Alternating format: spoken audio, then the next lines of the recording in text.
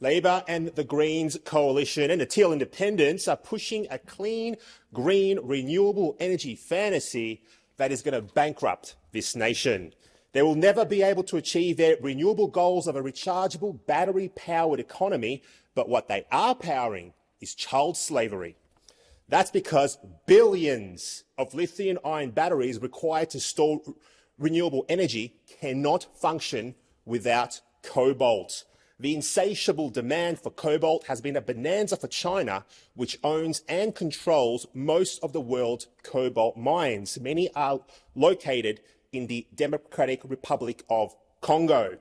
Now, unfortunately, in the rush to extract as much cobalt as possible, children are being sent into dark, dangerous mines that make the work conditions of Oliver Twist look like a Swiss finishing school. Now, these kids, they work in subhuman conditions with pickaxes and shovels to scrounge out cobalt for a few bucks per day.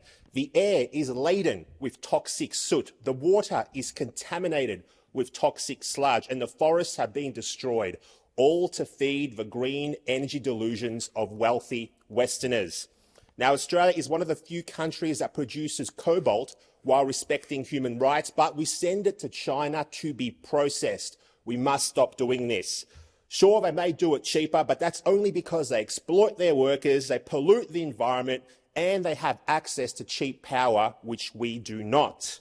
It is time that the government stops the hypocrisy and puts human rights and environmental protection ahead of cheap batteries. And it is time that we process our cobalt right here in Australia.